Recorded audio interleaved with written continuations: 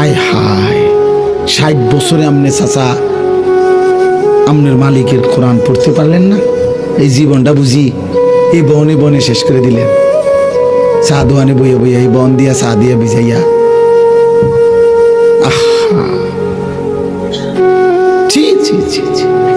অসংখ্য বুড়া মানুষ হাইসা কি লাভ?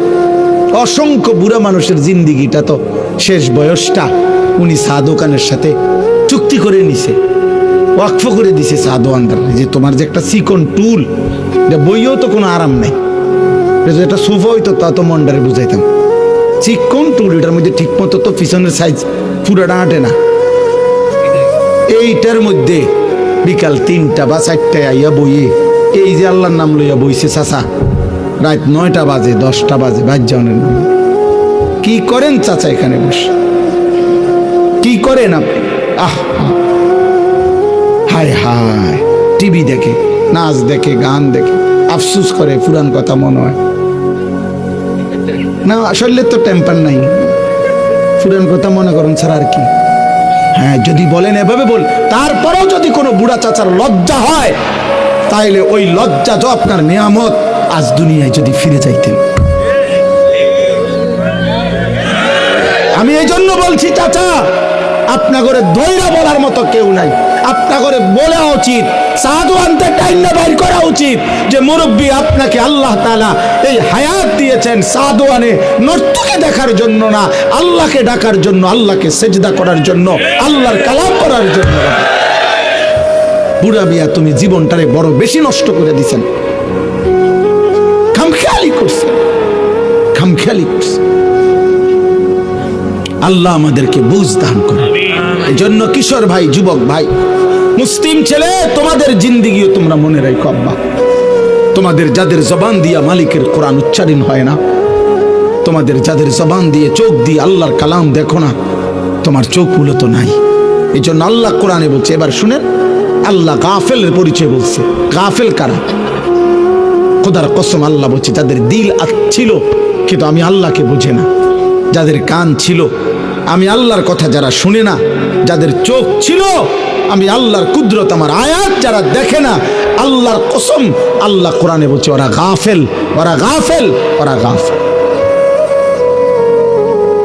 ওয়ালাকাদ যারানা লিজাহান্নামা কাসীরাম মিনাল জিন্নি ওয়াল ইনস লাহুম কুলুবুল লা ইয়াফকাহুনা বিহা ওয়ালাহুম আযানুন লা ইউবসিরুনা বিহা লা ইয়াসমাউনা বিহা ওয়ালাহুম আ'য়ুনুন লা ইউবসিরুনা বিহা উলাইকা কাল আনআম বাল হুম আদাল উলাইকা হুমুল গাফিলুন। দিল ছিল আমি মাওলাকে চিনল না, ভাবলো না। কান ছিল আমি আল্লাহর কথা শুনলো না। চোখ ছিল আমি আল্লাহর কুদরত আমার আয়াত দেখলো না। খোদার কসম আল্লাহ বলছে, এমন নাফরমানদেরকে দিয়ে আমি জাহান্নাম পূর্ণ করব। আল্লাহর কসম আল্লাহ বলছে, এমন নাফরমান জানোয়ারের মতো। উলাইকা কাল আনআম, কানটা যে কাজে লাগায় নাই, চোখ যে কাজে লাগায় নাই, দিল যে কাজে লাগায় নাই, আল্লাহর কসম আল্লাহ বলে ওইটা জানোয়ারের মতো জানোয়ার। উলাইকা কাল আনআম, ওইটা জানোয়ারের মতো। বাল হুম আদাল, আল্লাহ বলে যদি গোসা করে, রাগ করে, তাইলে বলবা না জানোয়ারও না, জানোয়ারের চাইতে নিকৃষ্ট। প্রথমে বলে দেখবা কুত্তা, যদি বলে মাইন্ড করলাম, তাহলে বলবা না না সরি, কুত্তার চাইতে নিকৃষ্ট। যদি প্রথম বলবা শুকর, যদি চোখ দেখো যে মাইন্ড করছে শুকর বলাতে, তাইলে বলবা শুকরের চাইতে নিকৃষ্ট।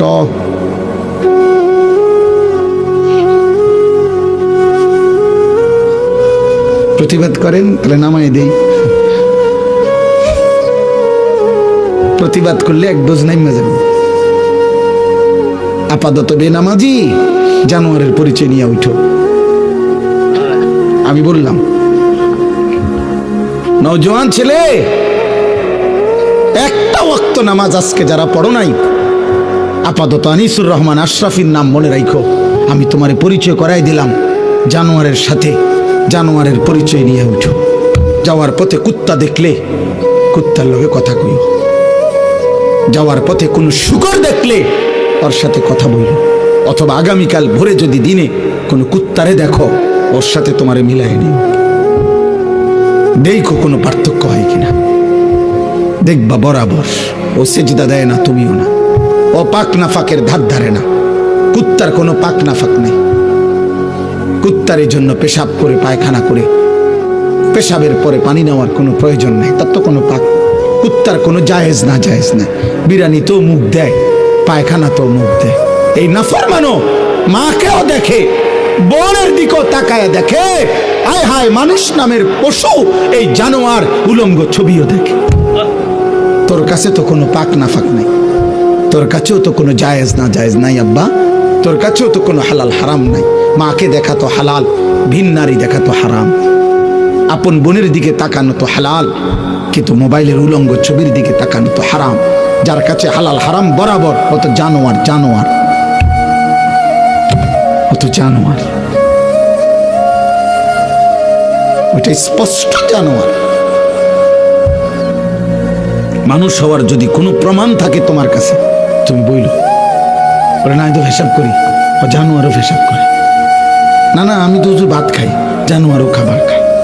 তুমি আলাদা পার্থক্য করো। একজন দাঁড়াইয়া বইল, এখন বললে পারো, এখন কো। বেনামাজি তুমি দাঁড়াইয়া কো। চরিত্রহীন যুবক তুমি দাঁড়িয়ে বলো। নারী ছবি উলঙ্গ দৃশ্য দেখা যুবক, আমি তোকে বললাম জানোয়ার, তুই মানুষ প্রমাণ করো। এখন বিচার হলো। যদি প্রমাণ করো আমার বিচার হলো, আমি যাইতাম না। এখানে বিচার হলো, ভিডিও হলো, অসুবিধা কি? আমি বললাম তোকে জানোয়ার, তুই মানুষ প্রমাণ করো। ইনসান কেমনে হইলা? ইনসান তো গোলাম জন্য বানাইছে আল্লাহ। এটা যদি কথাই না শোনা যায়, এটা দিয়ে যদি মাইক্রোফোন, এটা দিয়ে যদি আমি কথাই বলতে না পারি, আওয়াজই না যায়, তো মানুষ যে কোনো কেউ তো এটা বলবে, বেড়া তোর এটা মাইক্রোফোনও না, মাইক্রোফোনের জাতও না। তাহলে আল্লাহ বলছে মানুষকে আমি বানাইছি কেবল, এটা বানাইছেই মোবাইল, এটা কথা বলার জন্য, এটা কথাই শোনা যায় না। এটা তো বেটা মোবাইলও না, মোবাইলের জাতও না বেটা। তা আল্লাহ বলেন, বান্দা আমি মানুষকে বানাইছিলামই তো গোলামির জন্য, ইবাদতের জন্য, সেজদার জন্য বানাইছিলাম। অতএব যার কপালে সেজদা নাই, যার জীবনে ইবাদত নাই, এই বাবা তুই তো বেটা মানুষও না, মানুষের জাতও না। ওয়ালাকাদ যারানা লিজাহান্নামা কাসীরাম মিনাল জিন্নি ওয়াল ইনস। এজন্য বন্ধু আমার, দোস্ত আমার, ভাই বউ, আল্লাহ বলছে বান্দা মনে রেখো আমি অগণিত নাফরমান জিন এবং মানুষ দ্বারা জাহান্নাম পূর্ণ করব।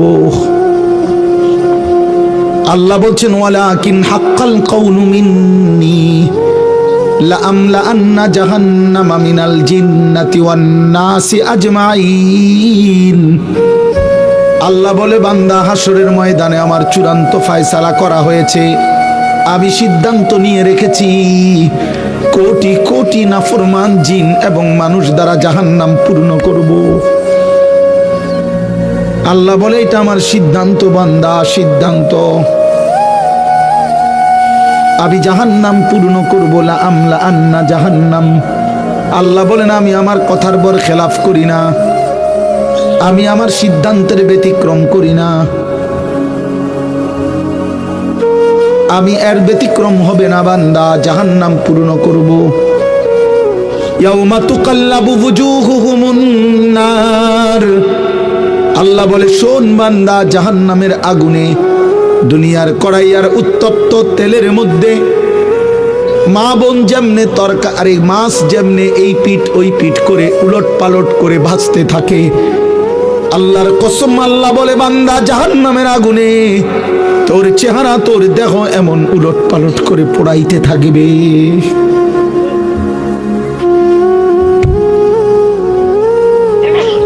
বুঝলা না বা?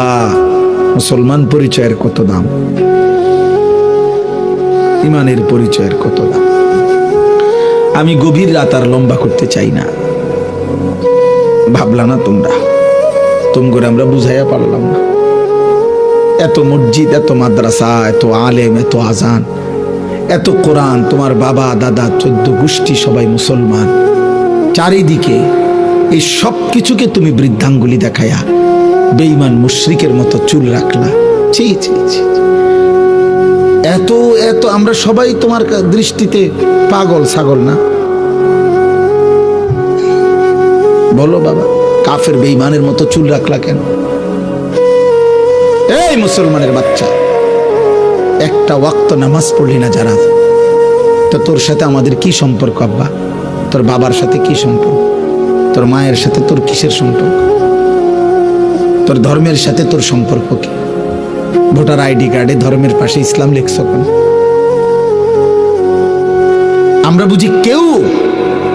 আফসোসের বিষয় আছে, এত বিপুল পরিমাণ আমাদের কিশোর যুবক মুসলিম পরিচয়ধারী থাকার পরেও আজকে আমরা ইসলামকে বড় করে তুলে ধরতে পারছি না। গুটি কয়েক নাস্তিক, গুটি কয়েক মুরতাদ, গুটি কয়েক ইউরোপ আমেরিকার দাবিদার, ওরা আমাদের সংখ্যাগরিষ্ঠ মুসলমানের বাংলাদেশে প্রতিনিয়ত আমাদেরকে মসজিদ, মাদ্রাসা, হুজুর, মোল্লা, মৌলবী, আলেম, কোরআন আমাদেরকে বলে আমরা জঙ্গি, আমরা মৌলবাদী, আমরা ধর্মান্ধ। এই 5ই আগস্টের পরেও বাংলাদেশে বলছে যে নারীর অধিকার, নারীর অধিকার আল্লাহর কোরআনে যেটা বলছে এটা ইনসাফপূর্ণ হয় নাই, এমন বেঈমান 5ই আগস্টের পরেও বাংলাদেশে আছে। তোদের কারণে পারলাম না বেটা,